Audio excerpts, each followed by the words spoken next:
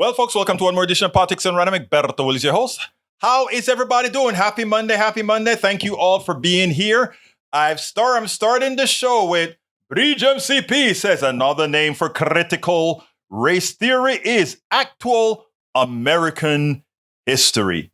Bridge, you always come out with some great stuff. Thank you so kindly. We have a very, very, very busy show today, so I'm going to get busy right away. Paul Fleming Sr., welcome to Politics Done Right. He says, I guess our Republican friends will be watching CNN because Trump will be having a town hall May 10th. I won't be watching. I will watch it for you, my dear brother Fleming. Lee Grant is in the house. My brother from the other side. Love him. Lee Grant, how you doing, my brother? Bridge MCP. My sister is in the house, as well as my sister, Alistair Waters, as well as Paraver, Michael Rudnan is awake. May Wood is in the house away. He says, good afternoon, everyone, and happy Monday. Also, happy May Day. And of course, Bridge is the Paul Fleming. I got Paul Fleming. If anybody that I missed, let me. Wide Awake is in the house. How you doing, Wide Awake? My woke sister or brother? I am not sure. The name doesn't give me a gender. Does it matter? No, it does not. Welcome to Politics Done Right. Let's start with Bridge. Bridge says, there have been 6 mass shootings in Texas, including this in 2023. That is only including those with 2 or more dead. There have been more, 12, with 1 dead, up to 11 injured in shooting. Today, 5 were killed in shooting in Cleveland. That was actually on Friday, Texas. That resulted from a confrontation between a family and an intoxicated neighbor. The details, the suspect, a Mexican national named Francisco Oropesa, was known to shoot guns in his yard frequently. Friday night, he was doing so when neighbors complained it was disturbance to their young baby who was trying to sleep. The suspect, who was visibly drunk, said, I'll do what I want in my front yard, before entering the neighbor's home and shooting 5 Hondurans, including an 8-year-old in the head. The suspect is still at large. For context, the sheriff on the scene believed 10 people live in the house, together with 4 to 5 moving in from Houston in the past few days. Some of the victims were found laying on the top of injured children, which authorities believe was done in an effort to protect them. An interviewed resident said overnight, gunfire is common in the neighborhood, and she did not know the shooter, but would wave to him when he would pass by with his horses. Key quotes, everybody that was shot from the neck up, almost execution style, basically in the head. San Jacinto County Sheriff Greg Casper told KTRK. And remember this, folks. What does that AR-15 do? When it gets into your brain, it annihilates, it destroys, it liquefies what you have in there. So long, everybody in Texas can go buy their guns. And of course, we have that criminal that we have for a governor who's saying, oh yeah, but some of them were illegal. Like that had anything to do with it. You have a state where it's laissez-faire with guns. Of course, this is going to happen.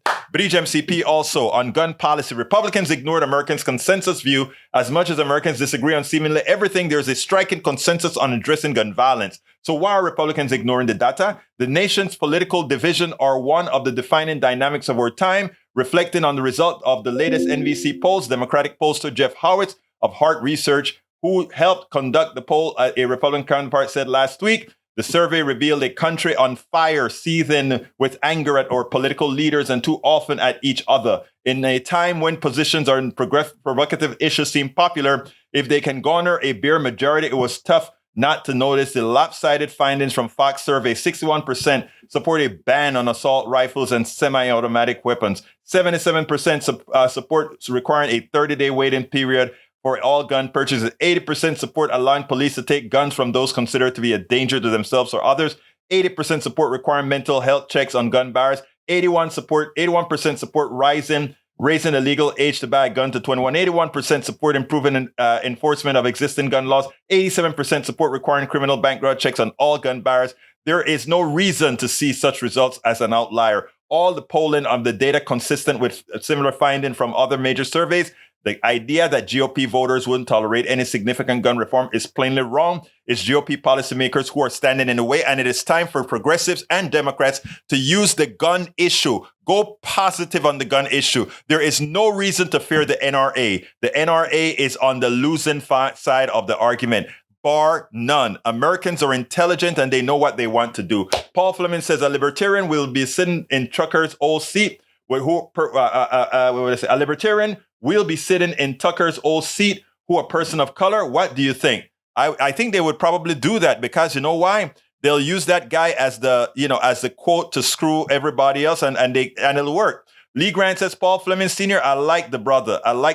Bridge MCP says, Berto Fox has the same report, but broke it down to left and right, always trying to separate. Absolutely so. But again, it's what most Americans want. The left is just as Americans are left folks on the left are just as Americans are folks on the right. Melanie Keelan is in España, Barcelona, Spain. And let me tell you better, they do celebrate May 1 as May Day. It's the working folks' day. And I'm so proud of my French brothers and sisters who are fighting that change in retirement role. It is time for the rich to pay. It is time for all working class people to go and peacefully demand of their politicians to go ahead and not allow the rich to sucker all the monies, all the profits out into their coffers and spread that wealth with everybody who are the ones that have actually earned that wealth. Anyway, folks, in Texas, I got to get to the first video right away, so I'm going to do that now, and then we'll continue with the program as designed. Here we go. Welcome to another edition of Politics Done Right. I'm Egberto Willies, your host. Today, we are here with Kit OConnell, who is a genderqueer movement journalist with Texas Observer. Earlier today, I got a text message from a dear friend who also subscribes to the Texas Observer, and he said, Egberto, you really need to speak to this guy, Kit. He just wrote a story. He wrote a story titled AG Commissioner, Agricultural Commissioner Sid Miller doubles down on transphobic dress code. Now I'm going to ask Kit. First of all, welcome to Politics Done Right, Kit. How are you doing today? Pretty good. Actually, yesterday was my birthday, so I'm having a pretty relaxed day. Well, happy birthday. I guess a bit late, but happy birthday. Thanks so much.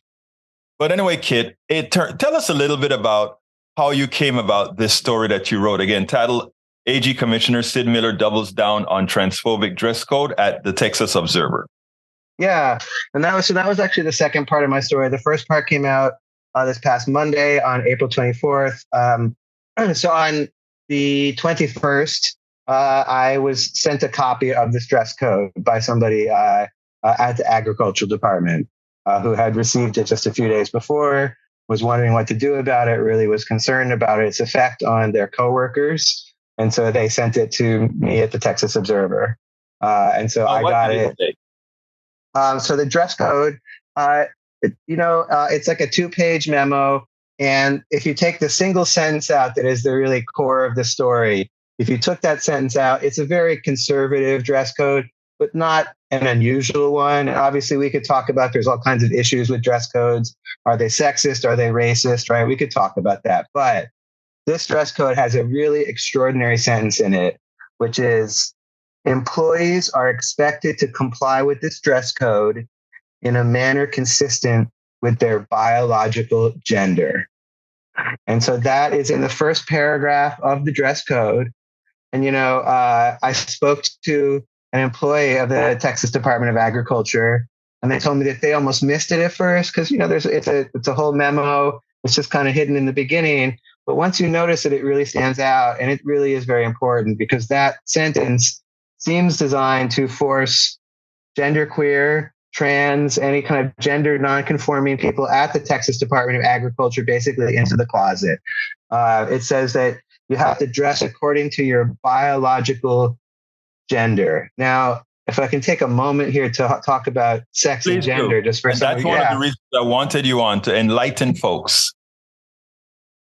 So sex and gender are two different things, right? Sex is the arrangement of your genetics and your genitalia and your reproductive organs in general. And at birth, a doctor honestly looks at you and says, no, this looks like a boy or this looks like a girl. That's basically how it happens, to this day. So you're assigned at birth a sex and gender. Now, sex is, again, these three: genetics, genitalia, reproductive organs. But scientists are actually recognizing that when we look at the genetics of people, actually 2 in every 100 people don't strictly match male or female. Just, some of them may even go their whole lives or into their 40s before they get a genetic test or some kind of, medical situation makes the doctor look a little closer at the arrangement of things or, inside. And they realize, oh, this person actually, doesn't exactly fit into society's traditional boxes of male or female. So just to start, sex is a little bit more flexible than most of us were kind of raised to believe, right? But then gender is kind of a whole social construct that's put on top of sex. For people who are cisgender, meaning that the sex they're assigned at birth matches their gender expression, there's not much difference. A lot of people go through lives without really recognizing the difference between sex and gender because there's two match up.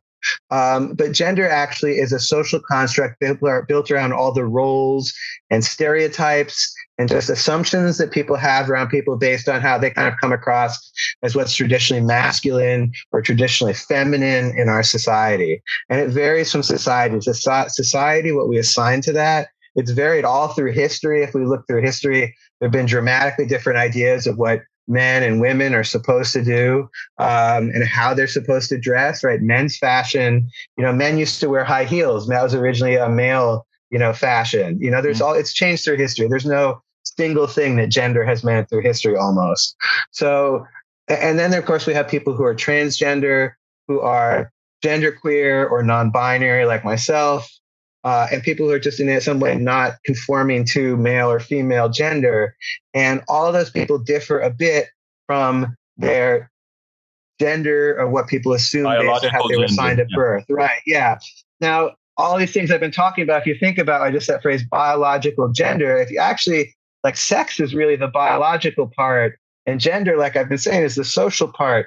So biological gender is kind of this made up phrase that doesn't really mean anything, or maybe it means whatever Sid Miller, the agriculture commissioner, wants it to mean.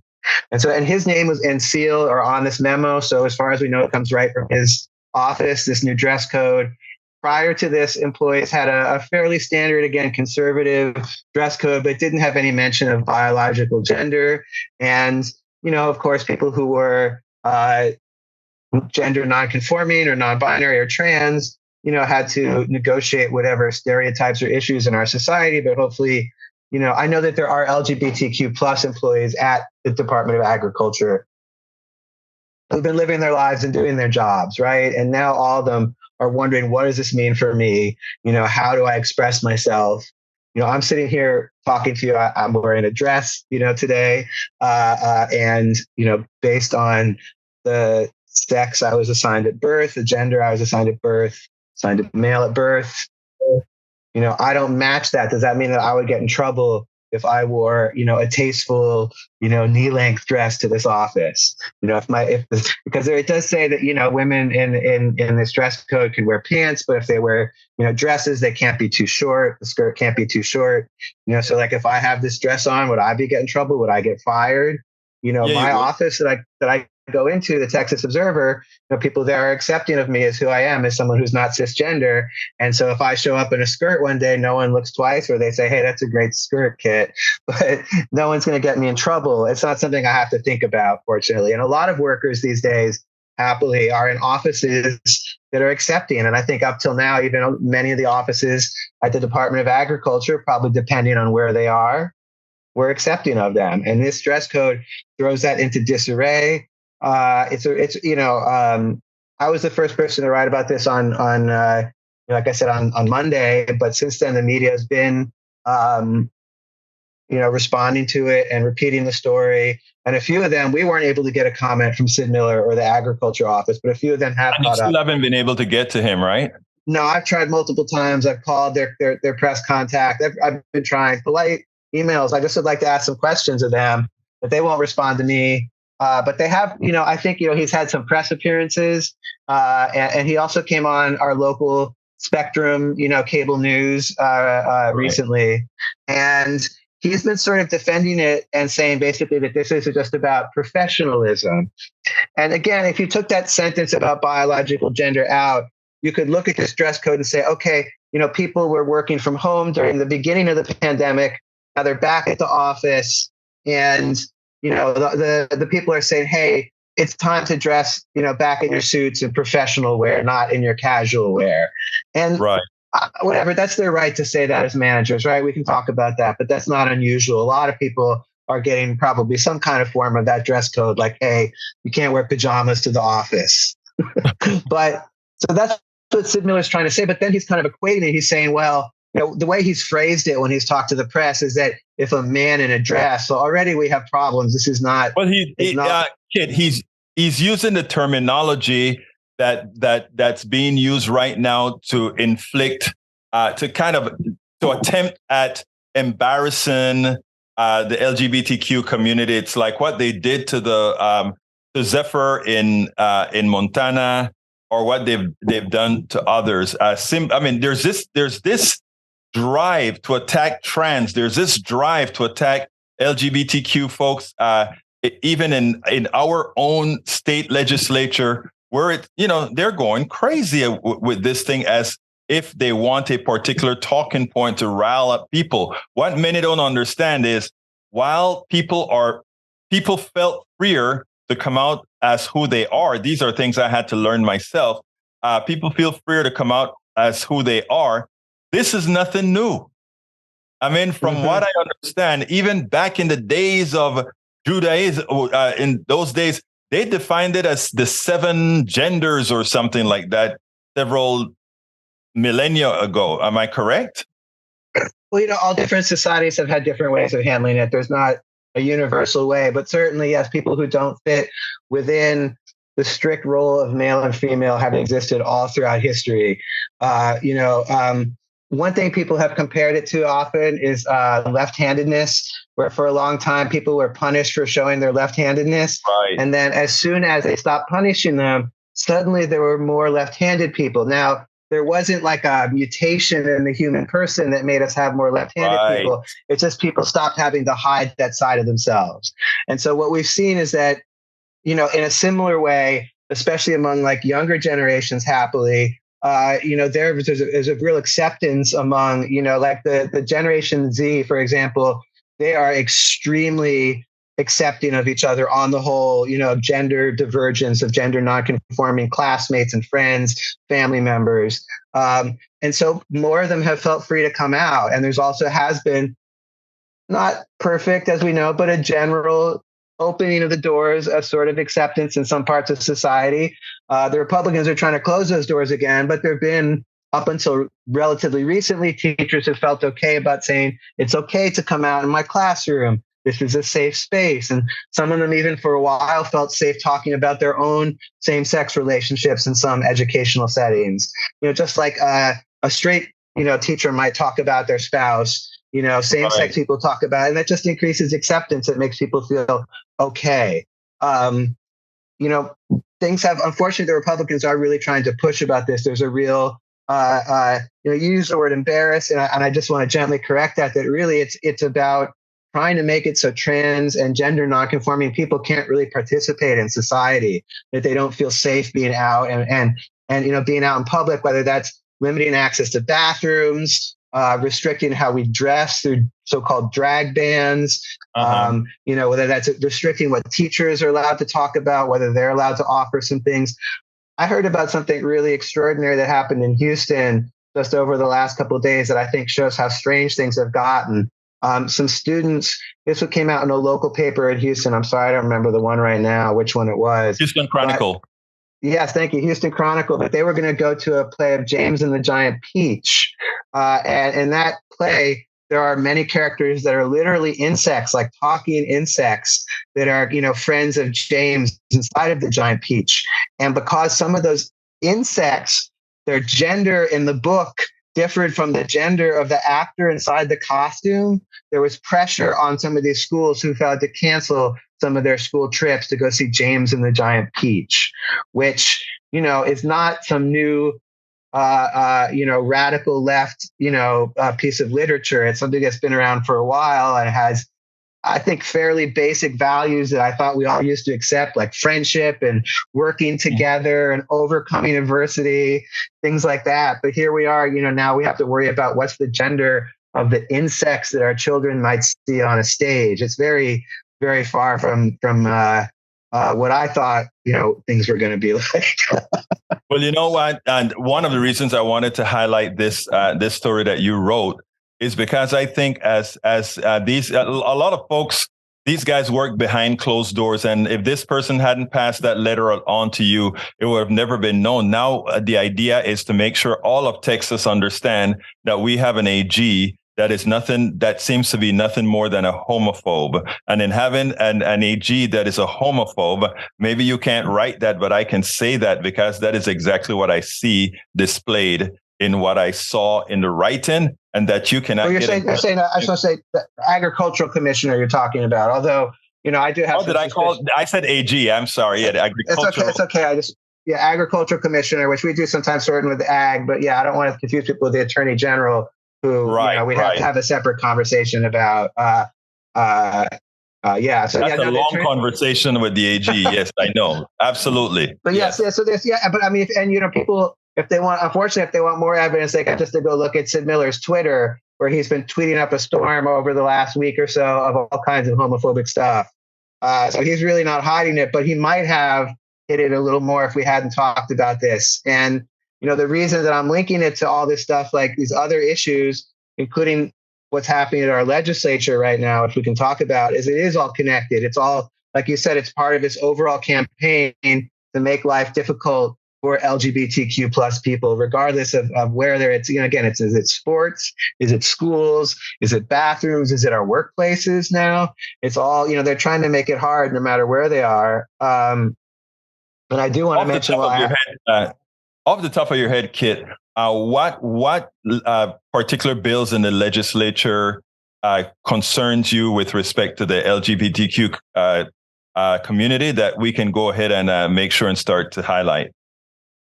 Yeah, I mean, so many. There, the Washington Post actually did a great map recently and showed that there have been just this record number of bills across the country. And there've been something like 40 proposed in Texas just this legislative session. So that's since January, when things kind of got started slowly. They ramp up slowly, but there've been 40 over this legislative session targeting LGBTQ people in some way. Trans rights, talking about LGBTQ in school.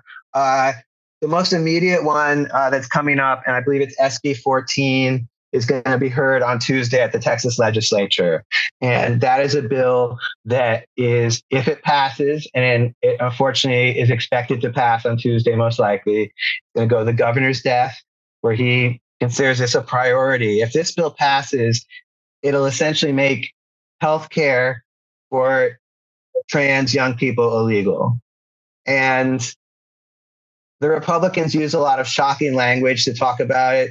They'll talk about young people this is their talking points. They talk about young people being sterilized or their bodies being mutilated, but that's not what we're talking about for people. When you talk about people under 18, what trans healthcare involves is, therapy, to help them socially transition. That means, learn to use their pronouns and express themselves. Right. And in some cases, it's things like puberty blockers, which is like a reversible drug that basically slows down puberty as the person's aging. And that can really help people because, for example, someone who's assigned female at birth, but who feels non-binary or feels masculine, for them to develop breasts, for example, could be really traumatic for them. That could be a really strong divergence from who they feel they are inside. And these puberty blockers, if somebody starts them early enough, they can help a person feel like themselves as they get older. They work with therapists and stuff, as they develop. And as they're older, there's more options that open up to them. But it's not something that's rushed into. I think that's the most important thing. This is kind of healthcare that happens between young people by their feelings, very strong feelings that some of them feel since birth. I since birth, essentially felt non-binary. And if their parents and expert doctors, this takes years to go through this process. This isn't something that like you wake up and tomorrow they give you surgery or even they give you the puberty blockers. You work with a lot of experts. It's hard to access. It's slow, but they want to shut the door to this completely. And I know people I've known here for years who they own land here in this area. They consider themselves Texans. They're part of this state, and they're going to have to leave in the next few months. They're having to pull up stakes before the end of the year because they have an under 18 trans person. Yeah, and they're going to lose access to I actually know a family here. I know a family here in Kingwood that it's going through the same thing. They're going to have to pull up and leave because it's going to become illegal for their kid who is transitioning to fully make that transition. Look, kid, I got to go out. We're fixed on time here. Give me about a 1 minute closer and let's get out of here. My 1 minute closer is one that I've been saying anytime I appear on something. Is just this is a really extraordinary time in the United States, for trans people, for LGBTQ people, but for all of us, for democracy. We need to find ways to stand up for each other. All these issues are connected, whether it's LGBTQ plus issues, racial justice, bodily autonomy, it's all connected. We all need to stand up for each other. Find a way to support each other, whether that's donating money, whether that's going to protest, whether that's offering a place for queer trans people to stay if they need it, whether that's supporting your local media, the local journalism like the Texas Observer. Just find some way to help out, support the journalists and the news that matters to you. And just get active. There's a million ways to get involved, but everybody needs to do something right now. So this is a moment where we just can't sit on our butts and do nothing. Kit OConnell, journalist at the Texas Observer. Thank you so kindly for having been here on Politics Done Right. Anytime. It was a pleasure. Absolutely. So it was great speaking to Kip. When John sent me a text saying, Egberto, you need to contact this guy. First of all, read this article. And I think this is somebody that really needs to be heard on Politics Done Right. I want to remind you guys of something here, very important. I constantly tell you all, and it's not cliche, this is your show. I constantly tell you if you have information, stuff that you want me to cover. If I'm able to cover it, I will. Just drop a line to info@politicsdoneright.com, info@politicsdoneright.com, or just go ahead and send me a tweet. At Egberto Willies. By the way, those of you who are listening right now, please remember to go ahead and follow me on Twitter because you'll get a lot of stuff that everything that I put out, a tweet automatically goes out as well. So please go and follow at EgbertoWillies.com, at EgbertoWillies. Remember, we're now taking calls whenever you want as well, 281-823-7747. Again, that is 281-823-7747. I had to look at it because to memorize the number. Who just joined us? Just joining us is Daniel Ledo, Lee Grant, E2247, Alistair Waters. Welcome aboard the chat. Glad to see all of you here. And of course, El Señor Bruce Pollard. I had the opportunity to spend some time with Bruce this weekend, where we actually went to a forum of activists, and Bruce, of course, was representing his wife's gun organization. Love spending that time and camaraderie and having lunch together, etc., with a whole lot of other activists around Houston. It was a great time. I should have had a picture ready, but I don't. Anyhow, another video that we're ready. It's about, bam, man, Michael Steele hits the nail on the head. But wait a minute. Before that, I want to say Daniel Ledo says transgenderism is a mental disorder. These sick people need to be placed in mental hospitals and given compassionate care to get their heads right. Daniel, believe it or not, that sentiment coming from you is one of the, I'll be frank with you. I mean, it actually touched me because that was coming from you, given some of the stuff that you talk about. That is a very humane statement. I don't think if you speak to somebody like Bridge MCP on the issue, maybe some more common on that particular issue, maybe you could get a few more commonalities there. But it's whether it is sickness or the way that person actually is. I am not qualified, but everything that I've learned thus far, it is not a mental disorder. It is, well, everything would be a mental disorder since everything is controlled by the mind, right? Me, who I am, is a mental disorder, right? I don't know. But anyhow, Daniel, I think that is pretty much one of the most, well, I won't bemoan it anymore. Anyhow, thank you guys, everybody, for listening. I have another one here now from Michael Steele. Check this out. You know what?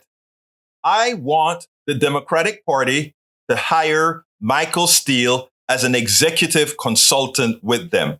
You know, everybody has been making an issue about Biden's age, right? But guess what? We've seen Biden riding bikes. We've seen Biden jogging. We've seen Biden, talking, et cetera, et cetera. But as far as Donald Trump is concerned, Michael Steele makes the obvious point in a very important manner. But it breaks down to this way. Donald Trump is just 4 years younger than President Biden. He's obese, and he has a problem not going up an incline, going down an incline where he can't keep his balance. And you know what? He speaks as if he has a mental conflict in his mind.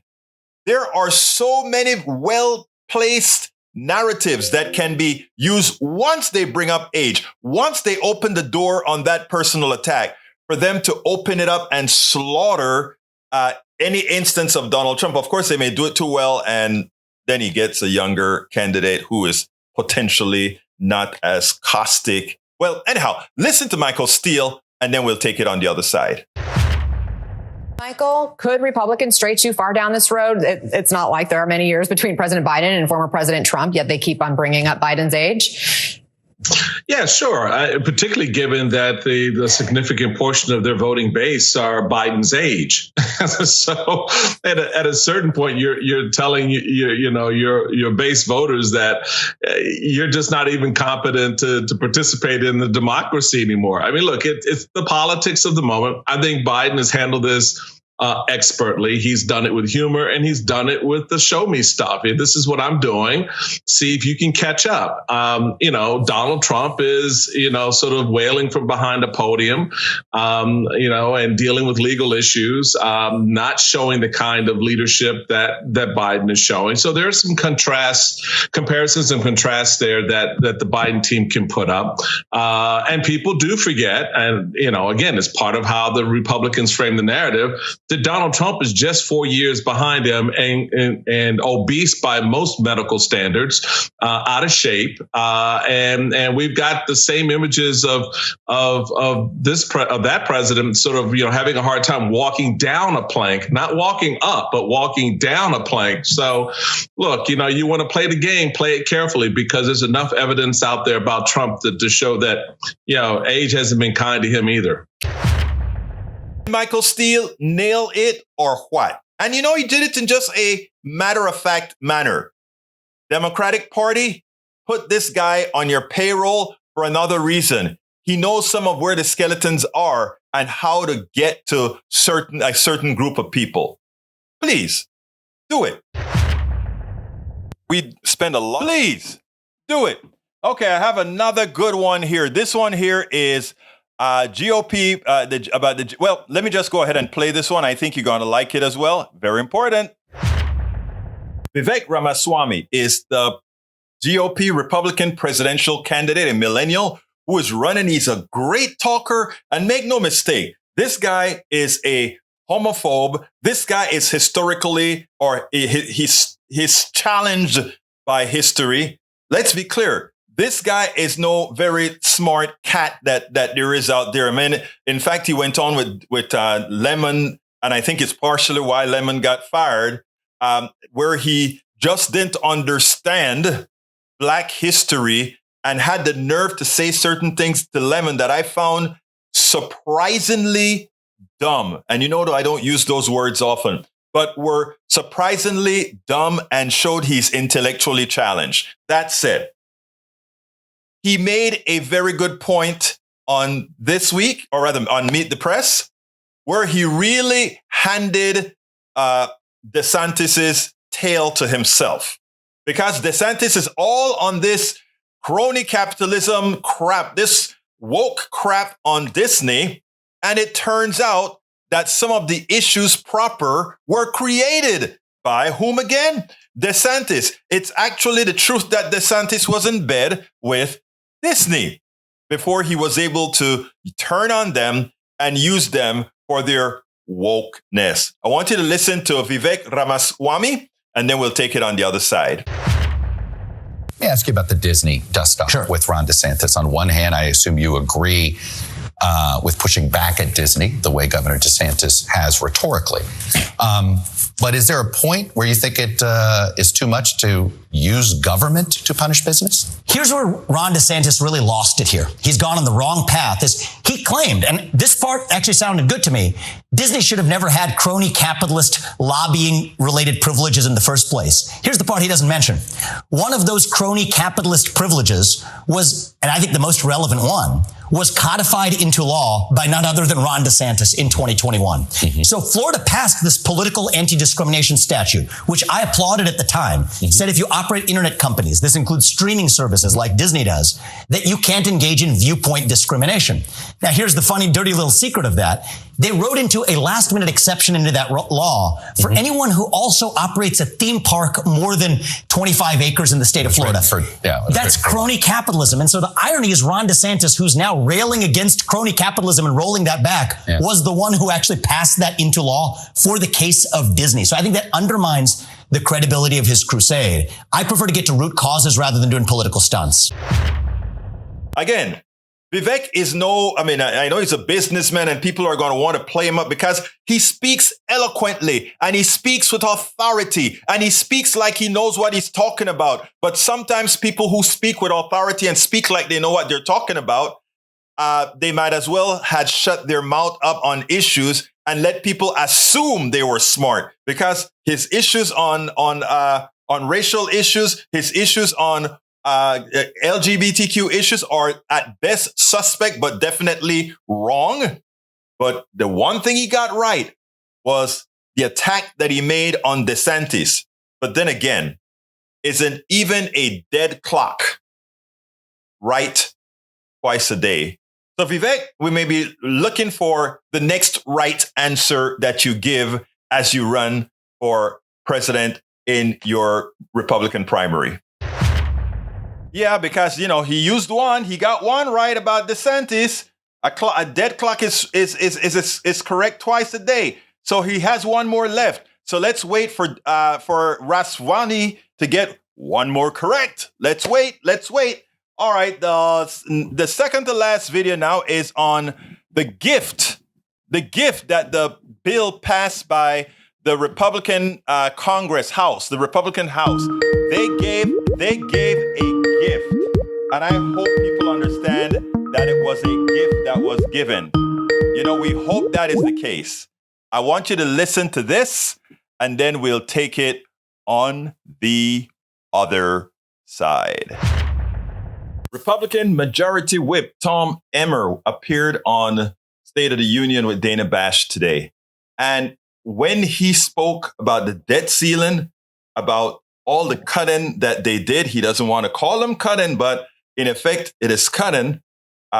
He ended stating, when Dana gave him a way out, are you saying that you just put this bill up because you know it's going nowhere? And this is what he said. Nope, we want this bill, and it would be great if this bill becomes law. What this means is this is what should be used in 2024 to really make Americans understand. These people put into office, this is what it means to the middle class. This is what it means to the poor. This is what it means for the working class. You will be cut as we continue to keep the tax breaks, as we continue to keep the military spending that just favors the wealthy. It means that is what you get. This statement and other statements from these guys should be used around their necks to ensure Americans understand why. Let's listen to it, and then we'll take it on the other side. Biden, as you know, is still saying he is not going to negotiate over the threat of hitting the debt ceiling and a catastrophic default. He does say he is willing to negotiate separately over spending cuts in the nation's budget. What's wrong with that? Well, actually, he doesn't have to negotiate. The Republicans in the House, led by Kevin McCarthy, have passed the solution. And I take a little issue, Donna, with the cuts language that the media likes to use all the time. This is a transformational bill. It would limit spending. The savings in it would be close to $5 trillion over the next 10 years. They keep calling these cuts. This is really spending reforms that will put this country on a better path. And by the way, prevents us from defaulting on our debts. It can be the same thing at once. There are reforms, there are savings, but it is also cutting in several ways to get there. Let me just quickly look deep inside what you did get passed this past week. The bill would cut all non-defense discretionary funding by 22%. That is a lot of money. And I want you to look at what the administration said it would mean just for your home state of Minnesota. Thousands would lose food, they say, rental assistance. They would pay more for college. Outpatient VA appointments for veterans could be cut. This will make a big difference if what you want, this bill, actually would become law. Big difference in the lives of Americans, especially those living paycheck to paycheck. What do you say to that? What you just said is just not true either, because you should scrutinize what the administration is talking about. What we did was you go back to FY22 baseline budgeting, Donna. The cuts that I just laid out came from the administration. This is what they claim. You're saying that just is not true. And this is a hypothetical, theoretical question, because what you passed, as we said, is ultimately not going to become the law of the land. But these are very specific cuts that they put out there. I would hope this becomes the law of the land. Kevin McCarthy and House Republicans have given you the roadmap of how to do that. Okay. Just take the bill we passed last week, Dana. Make it law. He wants to claim that it's not a cut because they're going back to the 2022 budget. Here is the big lie. If you have 10,000 people that are on retirement, and every year you add another 1,000. If you do not keep up with the growth of those that are retiring, minus the growth of the people who are entering the workforce, and at this point of time, because the baby boomers are at their peak, it means that it costs more. Even given the people no increases, it means it costs more. It is a cut because as more people retire, as more people are rightfully qualifying for the support level that they have, what the Republicans are asking everybody else to do is to take a cut as we bring more people into the system that have earned their way into the system. This should be explained the way it needs to be explained, and they should be paying for cutting what is mostly the food and support to the majority or to a large percentage of mostly their constituents, the Republican current constituents. Let's go ahead and make them into progressive constituents now. We should make them into progressive constituents because, I mean, their own's hurting them. But we got to get it across. I mean, a person came and said, oh, they don't care that they're getting hurt themselves as long as some other people don't get care. To some extent, that limit reaches when the pain is high enough. I mean, when the pain is high enough, we get around that. Ask President Obama that. Remember what I said? I mentioned this all of the times. I knew Obama was going to win when he went into I think it was in Pennsylvania, in one of the not very racially aware areas of Pennsylvania. And the woman went ahead and said, honey, when the canvasser went to the house, honey, who are we voting for? I don't know why she thought she had to ask him, but then he shouted out, honey, we are voting, things are bad, right? We are voting for the N guy. When things get bad enough, people go against their prejudices. They go against their natural being, and then they select what's best for them. So don't think that if things are getting bad enough, and they are in fact getting bad enough, people are going to come to their senses, even if it means that a lot of times going against their own ideology. That's where it's at, brothers and sisters. One more video. Tucker Carlson. This is a short one. Well, another four change. Check it out. and then we'll take it en el otro lado. Everybody knows that Tucker Carlson got released from Fox News. And you know what? One would think that, oh, maybe there's a little bit of shame there or whatever.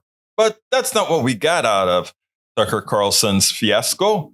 The reality is that, guess what?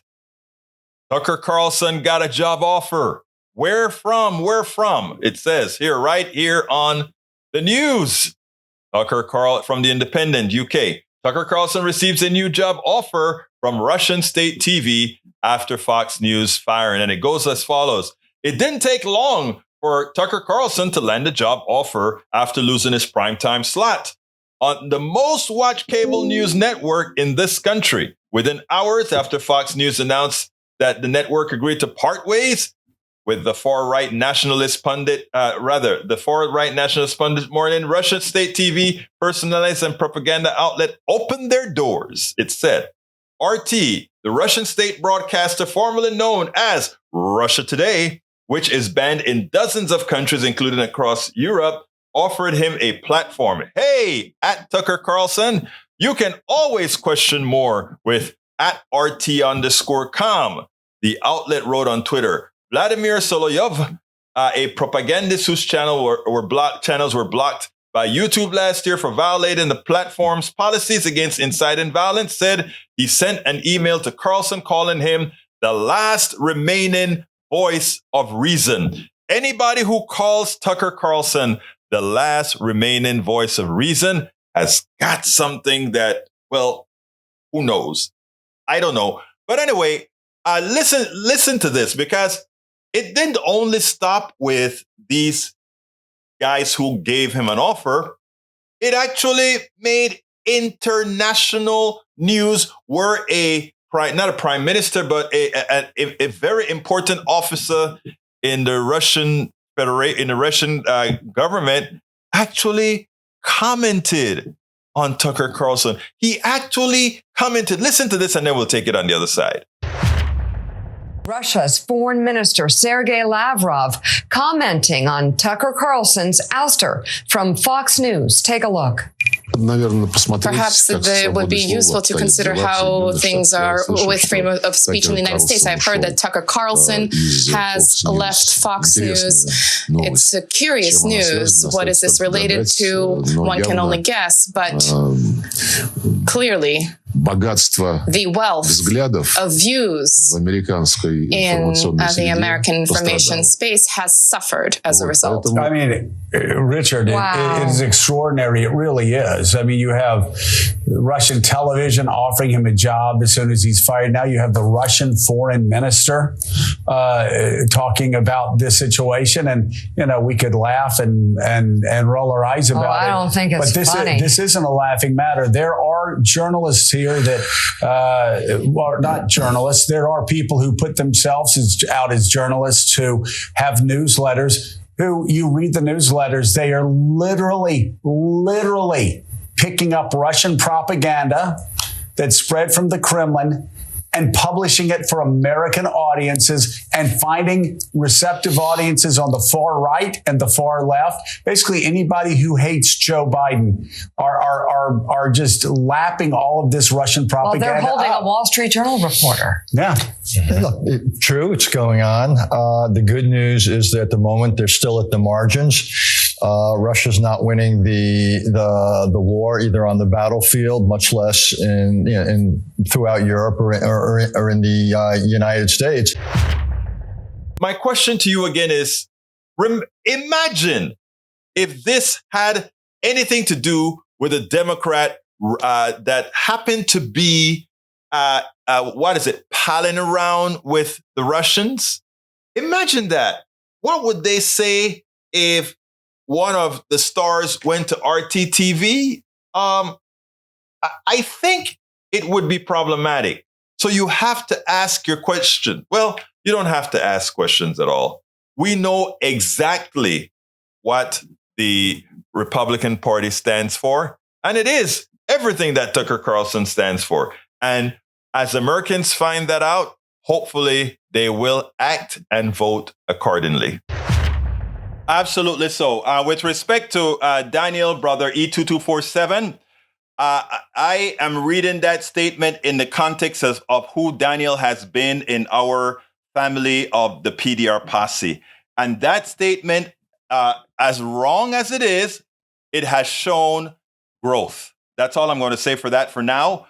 But we are going to, I want to remind all of you, anybody who wants to call in right now can give us a call at 281-823-7747. If you want, we're close to the end of the show, about 5 more minutes left. If anybody wants to come in and say a word, kind of exercise this stuff that that you guys have just brought into the fold. 281-823-7747. Feel free to call and say, hi, Egberto. I just want people to know that we're taking calls now as we want. Today we had a full show, so we didn't have a call section or anything like that. But I wanted you to know this is something that I really wanted to prepare perfectly well for you guys. So if somebody calls in, we'll be ready to go. Those of you who are on YouTube right now, again, those of you listening, you can call in. Those of you on YouTube right now, please feel free to click that join button. Support us, making sure that we can continue to give the progressive narrative. And not only that, but we have a lot of conservatives in our fold as well. We're not asking them to become progressives. We're asking them to listen. And when they go into that voting booth, vote their interest. Vote their interest. Vote their interest. We know if people vote their interest, we will get more votes, whether they're coming from conservatives, anarchists, libertarians, wherever. We're just asking people to learn from programs like what we're doing, to learn from the posse, vote your interest. Click that join button, be a part of the PDR posse.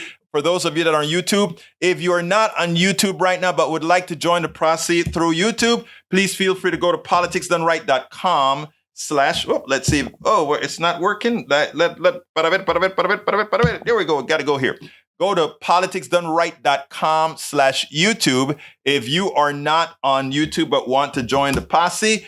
Likewise, you can support us by joining us at PayPal, politicsdoneright.com/PayPal. Help us support all these things, including these calls that we can now take and all of that. This is your program. And as you can see, the show that we had today, let me just throw it out there. The show that we did today with Kit OConnell was brought to you by John Cotter. John, one of our PDR posse members, he sent me a text and said, Berto, this is what this guy has written, this story that I hadn't seen in the Observer. We need to cover this. If you can interview this guy, you need to interview this guy. I found the guy, called him up. We got an interview going. This is your show.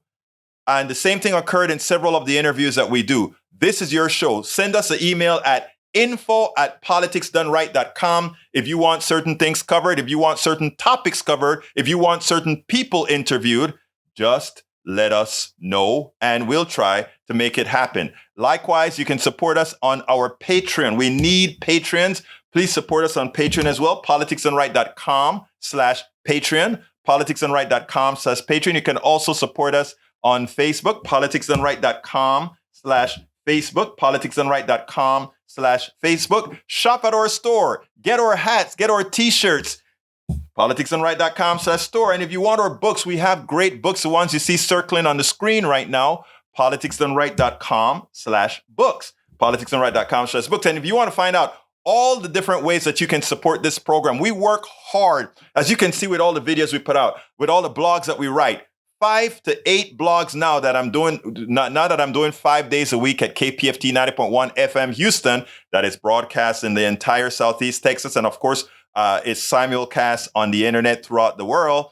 Politics Done Right at 5 a.m. in the morning. So if you are up, or at 6 a.m. in the morning Central. So if you're up 6 a.m. Central and want to get on air in Houston and elsewhere, give us a call. You can go ahead and just go to politicsdoneright.com and find out all about it. And again, the all-encompassing place to know how you can support this program. And we need your support to keep doing what we're doing is at politicsdoneright.com/support. politicsdoneright.com/support. Again, feel free to call in at any time. 281-823-7747. You want to tell me something? You don't like something? Let me know. You love something? Let me know. You want to tell the audience something? Call us, email it. It is your show. We got to get out of here, folks. My name is Egberto Willis. This is Politics Done Right. And by the way, I will read all these the messages that you have here. I don't think there was any of them that particularly needs me to read out. I did E2247 because he wanted to address something that Ledo had said. Carl Cox, cooperatives and conservative neoliberals want anything that doesn't benefit their puppet masters. Again, a lot of this is learning methodologies. We'll get there. All of us learning together, we'll get there. My name is Egberto Willis. This is Politics Done Right. And you guys know how I'm going to end this baby. I am what? Out. We spend a lot of time deconstructing the news, trying to parse it into a form that everybody can understand. We try to find those little nitpicks where it flies above the fray, etc. If you really like these videos that we do, I want to ask a big favor. Please go ahead. Number 1, subscribe to our channel. And number 2, please join if you can. Thank you so kindly for watching. Keep watching. Please remember to share. We must populate the entire internet with our progressive message, a message that we know is what most Americans say that they want. So help us, please join.